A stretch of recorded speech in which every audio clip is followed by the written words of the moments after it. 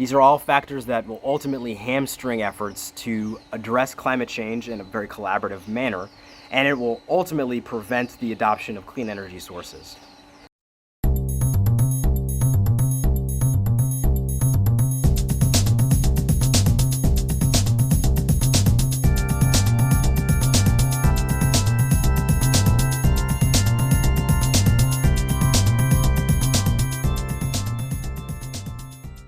Hi everyone, this is Shingi, and this is another edition of The Energy Economy. And today I want to talk about why nation building fails by Western economies and what implications that has for the global energy market. And I want to preface this, or maybe this was inspired perhaps, by something I encountered on my flight to Thailand this past week, where at one of the airport shops I bought one of the most recent editions of the Foreign Affairs magazine, which was a magazine that I used to subscribe to a long time ago, stopped, but I'm always interested in some of the takes that they have.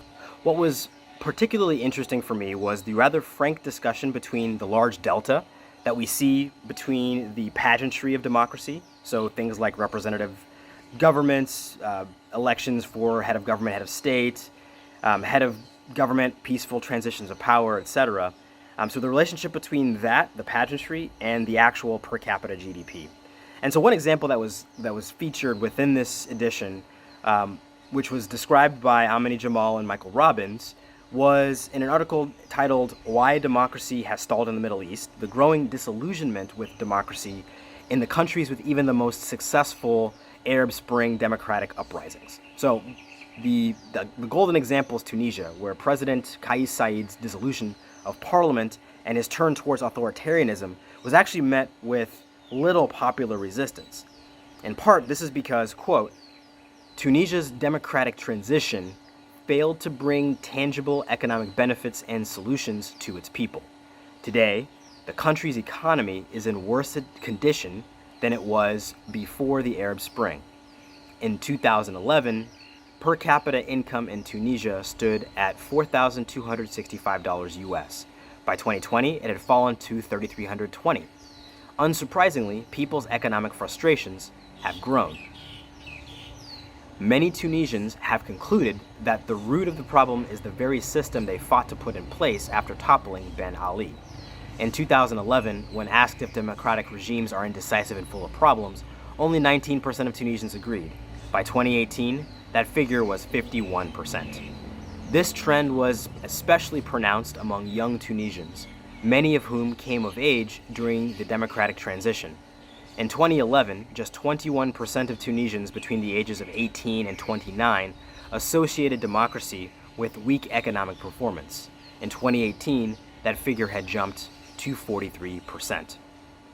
The American failures in state building across the Middle East are very well documented, and documented to such an extent that it's not really that interesting to relitigate them, at least for me. What is interesting, though, is this ongoing adherence to this idea of democratic peace, or the idea that democratic countries don't fight each other. And this has driven the need to include pro-democracy and social engineering that focuses on liberalization of economies and societies and how US and European powers engage financially with developing nations. So Western foreign policy is accelerating towards twin goals of significant global reduction of CO2 emissions and mass deployment of renewable energy, right? But playing the sanctions game and attempting to impose top-down foreign democratization has proven in the last several decades to be an approach that creates, well, let's call it market volatility, to say the least, political instability, growing geopolitical hostility to Western aims. These are all factors that will ultimately hamstring efforts to address climate change in a very collaborative manner, and it will ultimately prevent the adoption of clean energy sources. So why do Western states like the US, France, and UK persist in attempting to social engineer liberal democracy across the world? Some of that adherence can be explained maybe cynically. The idea is that market liberalization in commodity-rich but developmentally poor countries allows for large financial advantages to American and European resource extracting companies. Think, Shell, BP, Exxon, Amco, etc. And it allows them to push for countries to remove protections that exist even in rich countries to defend national champions or to protect key industries, right? And this allows for Western companies to then access these resources at a steep discount. I don't think, though, that viewing actions purely from a cynical lens presents a fair picture of the interactions of all U.S. State Department or IMF officials, for example. These organizations are not monolithic, and I've worked personally with, and I know many people that work at the World Bank, at IMF, and other such institutions.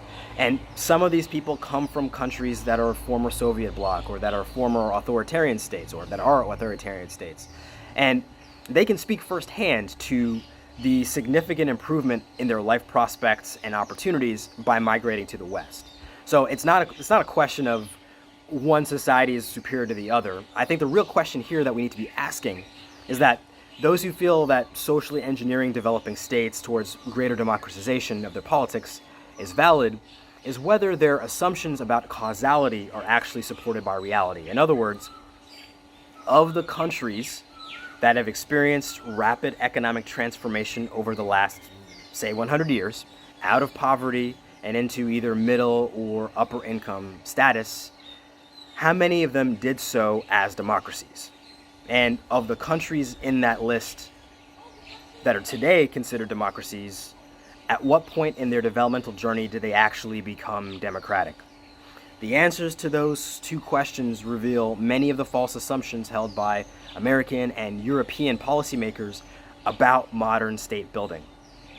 And these are false assumptions that are very deeply held. They are not only deeply held assumptions, but they're baked into the core philosophy of the International Monetary Fund, i.e. IMF, their structural adjustment programs. The IMF is one of the two major Bretton Woods or World Trade Organization financing bodies, and the other one being the World Bank.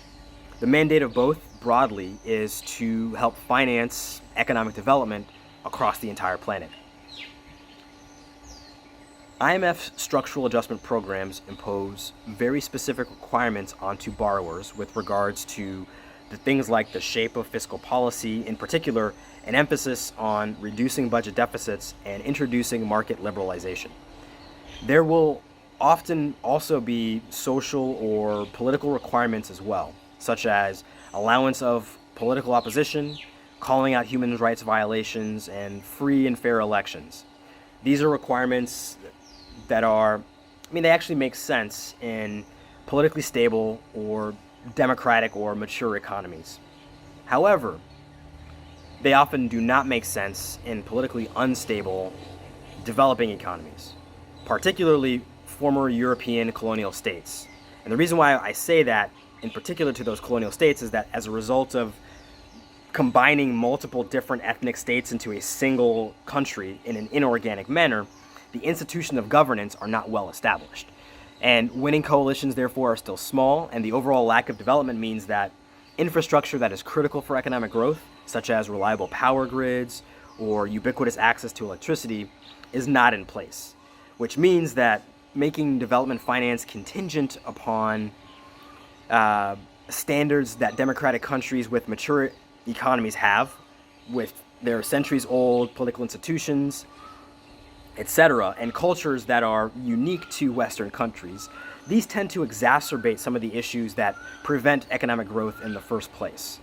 On the one hand, these requirements have clearly been a tool for the US and EU to deliberately destabilize regimes that are uncooperative with their policy goals. So, for example, targeted sanctions that the US has applied to Zimbabwe's ruling regime from 2001, just 7 years after a pretty disastrous IMF structural adjustment program, appear to be transparent in their desire to force adoption of very specific government behaviors and political norms with regards to democratization. The broader context here is that by the mid-90s, Robert Mugabe, the former president of Zimbabwe, had begun to engage in this wide-scale land redistribution where white commercial farmers had their land seized and they were forced off at gunpoint. And this resulted in major investment write-offs by British, by American, and other European investors in these commercial farms because these farmers were not compensated. This was not eminent domain. This was straight up thuggish, let me seize your land and get out. So as a result, getting these farmers and therefore investors properly compensated has been a major foreign policy goal with regards to Zimbabwe for both the US and the UK. On the other hand, in the late 80s and 90s, we saw a series of droughts in Zimbabwe, to which the government had responded through large relief programs. At this point in time, Zimbabwe's economy was predominantly agricultural, which is to say that the basis of Mugabe's political legitimacy was on rural voter approval. So a structural adjustment program that demanded the reduction of social services for the purpose of fiscal disciplines, quote unquote, removal of budget deficits, at a time when you had crop yields that were significantly below normal levels, right? This is a recipe for a financial catastrophe as well as a humanitarian one. And certainly it's peak spreadsheet management, right? And Mugabe's goal here or aim or his method of protecting his political power, it makes sense, right? From the context of a state actor, which is a political animal that seeks survival, you have to maintain and protect your coalition, right? If you have a sudden disappearance of liquidity or a sudden disappearance of access to wealth by people who keep you in power, you need to make a change. So from that standpoint, it's very predictable and it makes sense that he behaved in such a way. Now, this is not me being a Mugabe apologist, right? What I am pointing out is that these are behaviors that we've seen across the world. I mean, even in a Western context, if you look at the young United States early in its history, in the 19th century, you saw mass displacement of Native Americans for the purpose of providing farmland for white American farmers as a means of reducing political pressure on the government. So these are folks that were demanding a greater share of economic pie, and the most convenient thing was to, just like Mugabe did, take your army, march up, and force people off their land. Zimbabwe is one example of dozens in how we see where Western bankers and statesmen attempt to turn the political culture of developing nations into Western clones. And the net effect of trying to do so, creating either direct or indirect knock-on effects in terms of the lack of stability, right? And you become this vicious cycle where this lack of stability inhibits economic growth, which yields even greater political instability. But I think more instructive than examining failures is examining successes. So first, let's look at the two biggest Western successes in terms of nation building in the last 100 years. Both of them happened immediately after World War II in the following decades, in Japan and in West Germany. The nature of success in both of those two defeated Axis powers after the war can be attributed to a few critical factors. So number one, and I believe to be the most important, was complete and unopposed control, not only of the military, but over all of political institutions. The occupations of both West Germany and Japan came following an unconditional surrender after a complete devastation of World War II. Major cities completely bombed out, industry and economy completely flattened and destroyed. What was left was therefore completely in control of Allied forces. And even if there was a will to carry out guerrilla wars or some kind of insurgency, this was not possible due to the completeness of the defeat, but even if there was desire for it, there were no resources to realistically supply an effective insurgency in either country. There was no rival global regional power with an interest or the capacity to finance or to arm insurgents in the way that Iran, Russia, and even the United States have done in the decades since then. Number two, the ability to leverage strong social and political institutions. For both West Germany and Japan, the Allies imposed capital markets and fiscal policy structures essentially on top of the existing and, more importantly, long-standing and stable cultural, political, and social institutions. In Japan, the U.S. General MacArthur, who was placed in command of the U.S. occupation following World War II, kept Japan's Emperor Hirohito on the throne. And while the country's constitution was rewritten and built in a Western parliamentary image, key Japanese social and industrial institutions remained in place. And the ones that were in place prior to and during the war remained intact, beyond just the royal dynasty. So this included thousands of wartime government officials that had initially been purged immediately after the war, but they had centuries worth, if not more, of combined institutional knowledge, which the United States realized it needed to tap into at some point when it sought to completely reconstruct the economy. Most important of these institutions were the Zaibatsu, which were a group of family-controlled vertical monopolies that dominated the pre-war and wartime industrial and economic system. These families played a key role in Japan's militarization process, becoming extremely wealthy as Japan's imperial ambitions of the 20s and 30s began to become realized. While initially these zaibatsu monopolies were targeted by the Allies in their democratization and demilitarization of Japan, a small handful were even actually formally dissolved. Their underlying social and financial networks remained in place and were leveraged extensively to execute the reverse course phase of the Allied occupation. And most of the zaibatsu evolved directly into the keiretsu system that functioned much in the same way that the old zaibatsu system did in terms of the vertical integration, the collusion, and industrial control. Number 3, unconditional investment in economic development. During the so-called reverse course phase of the Allied occupation, focus shifted from dismantling the Japanese military and democratizing its government to economic reconstruction.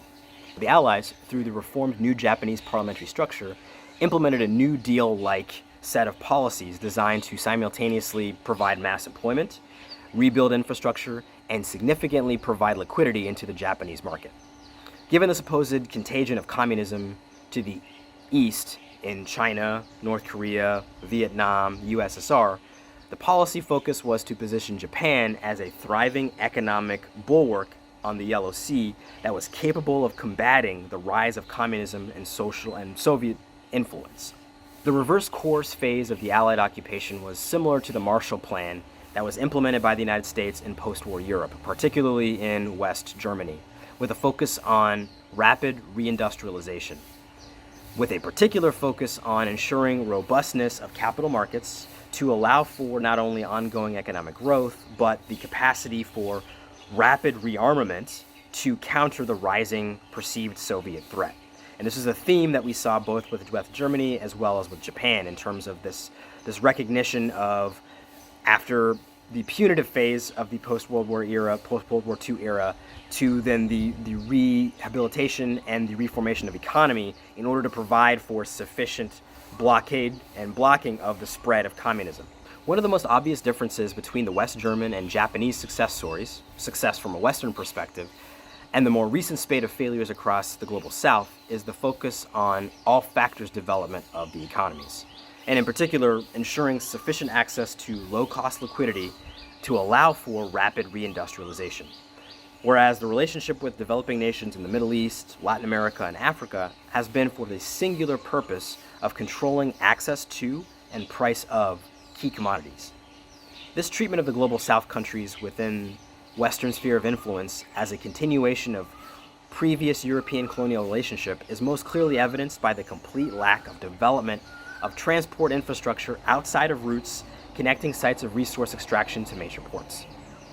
The development and support of consumer markets via financing of jobs programs and the like, and the provision of an unconditional liquidity as seen in the reverse course phase of the Allied occupation of Japan or with the Marshall Plan in West Germany, was non-existent. In short, the critical difference is that for the United States and its allies, investment in the actual people and societies of Germany or Japan was a critical part of their foreign policy. On the other hand, investment in the global South is focused purely on resource extraction. Let's go back now to the question that I asked earlier of which rapid development economic success stories were successful democracies prior to development. We've seen the two major success stories that the Bretton Woods institutions of IMF and World Bank have based their approaches around: West Germany and Japan.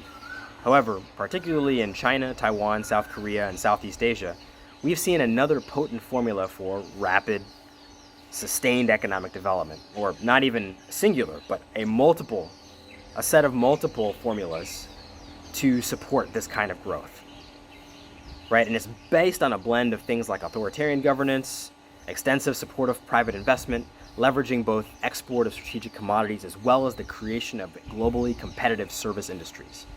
So, these countries are China, South Korea, Hong Kong, Taiwan, Indonesia, Singapore, Thailand, Malaysia.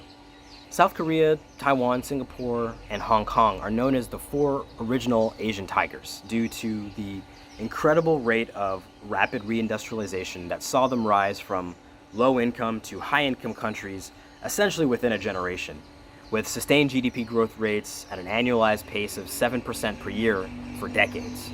Hong Kong and Singapore in particular are astounding, where despite being essentially city-states, they have achieved some of the highest levels of direct foreign investment of all countries on the planet. In fact, both in the global top 10 and receiving investment at levels higher than major powers such as the United Kingdom and even France. In terms of GDP, by 2015, all four have now officially overtaken Japan, whose own economy flourished under a combination of American forced liberalization and Keiretsu industrial control until the early 90s, when the bursting of an equities and real estate asset bubble led to a still ongoing period of general stagflation. Stagflation refers to a recession characterized by high inflation, high unemployment, and low growth. In Japan's case, the over 20 years of stagflation, known as the lost score, was immediately preceded by a decade of ultra-low interest rates and high liquidity.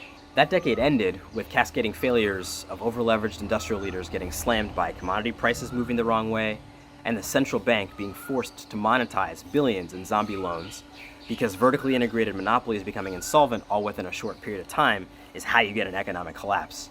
So they're kind of too big to fail. Sound familiar? From a governance standpoint, the four Asian tigers are quite diverse, even though today they all appear on the surface to adopt Western political structure with varying levels of free speech. Only Hong Kong was what Western countries would consider a democracy at the starting point of the rapid growth phase, by virtue of being a British protectorate until 1997. The other three were all firmly authoritarian, but in different ways. In South Korea, Park Chung-hee was the frontman of a military coup that ended South Korea's Second Republic in 1961. After leading as military dictator until 1963, he was elected president of the first elections of Korea's Third Republic, but still ruled as an autocrat through the 60s and the early 70s before declaring martial law after almost losing the 1971 presidential election. He rewrote the Constitution in 1972 and centralized powers even more onto his office. The ensuring political repression led to his assassination. So I want to stop here and just point out that this particular story is, if you didn't know that it was South Korea, it would seem to be almost a stereotypical Latin American dictatorship or African dictatorship. But I want to emphasize that, again, this is a country that today is considered one of the most advanced economies on the planet. And yet, they had, just like a Zimbabwe, just like a Sudan, just like a Liberia, they had a president who was open to being democratic until he almost lost, at which point then he cracked down. South Korea continued to be dominated politically by its military until the population forcefully pushed for democratization in what ended up as the Sixth Republic. There were a multitude of other republics between the Third and the Sixth, obviously, in 1987. In spite of the authoritarianism, or perhaps because of it, the country maintained its astonishing poverty reduction and economic growth throughout this whole period of political turmoil. Singapore, by contrast, saw its own internal political turmoil start to recede with the election of Lee Kuan Yew as Prime Minister in 1959. After a failed attempt to merge with Malaysia in 1963, Singapore formed its own sovereign city-state in 1965. And unlike Park Chung-hee in South Korea, Lee Kuan Yew's power was based less on dominating control over military and media, but rather his incredible statesmanship and his amazing ability to build parliamentary consensus. His was a highly collaborative approach that focused by geography and necessity on developing the whole population, eschewing minority antagonism in favor of relative inclusion, promoting things like immigration, cosmopolitanism, bilingualism, and more, right? And this was all culturally enforced through the public education system. Singapore's geographic location at the nexus of several global commodity trade routes also provided a platform of opportunity, while Lee Kuan Yew's ability to get his fellow Singaporeans to buy into investing and making the whole population capable participants in a service-based economy drove foreign investment from around the world.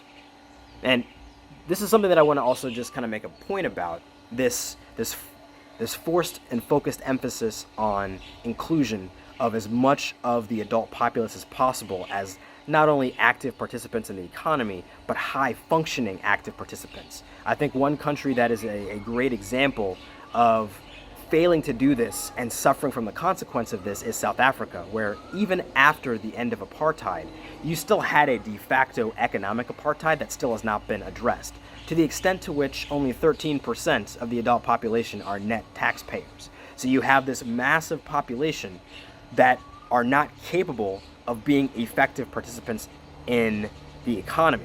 And that has knock-on effects into the effectiveness that the democracy even has, right? I mean, you're almost guaranteed to fall into some form of populism when you have that much of the voting public as non-participants in the economy with no real avenues, right? Their financial networks are essentially blocked off for them to actually access this job growth. So you have leaders like Lee Kuan Yew who, perhaps understood this intuitively, or perhaps he was a student of history, but he understood that this inclusion of immigrants, this ability to be not only to be tolerant of in terms of just like allowing people to live and not brutally suppressing them, but including them within the economy, of affording them the same kinds of access to opportunities as your native Singaporeans, for example. That presented a major shift in terms of where investors are willing to put their dollars. Because at the end of the day, particularly foreign investors, they want to know that they're going to be treated fairly when they try to invest in a particular country, right? What the worst thing that you want to have as an investor is to go into a country, is to try to get into contracts with natives, but the natives have the de facto ability to renege on those deals and completely turn you out of pocket. This is something that happens in many countries that I've directly worked with across Africa. And it's a challenge, right? And that's something that scares investors off. And so this ultra focus on making a welcoming environment that's protective of investors, no matter who you are, no matter what your ethnic background is, as long as you're able to contribute to the economy, like that makes a massive difference. Singapore is one of the ultimate investment destinations in the world today, right? And this is a country that is the size essentially of the San Francisco Bay Area, right? With somewhere between 2 and 5 million people, right? This is not it's a large city, but in terms of the surface area, it's a tiny surface. But they're able to attract more global investment, more direct foreign investment than the vast majority. They are in the top 10 in terms of countries that drive foreign direct investment on the entire planet. All right, finally, Taiwan. Taiwan was, in 1945, placed under the governance of the Kuomintang. So that's China's nominal ruling regime throughout World War II, following 50 years of control over the island by Japan. Martial law was declared in 1949 due to KMT moving its capital Taiwan after being defeated and kicked off of the mainland China by the Chinese Communist Party. Martial law on this island was part of a wider set of, thought to be at the time, temporary provisions that were meant to keep the party mobilized for an eventual reconquista of the Chinese mainland, which never happened. By the time the KMT government moved to the island in 1949, the local economy was struggling, dealing with the devastating effects of World War II like much of the world. Without major commodities to support or liquidity to supercharge existing industries, KMT faced a challenge.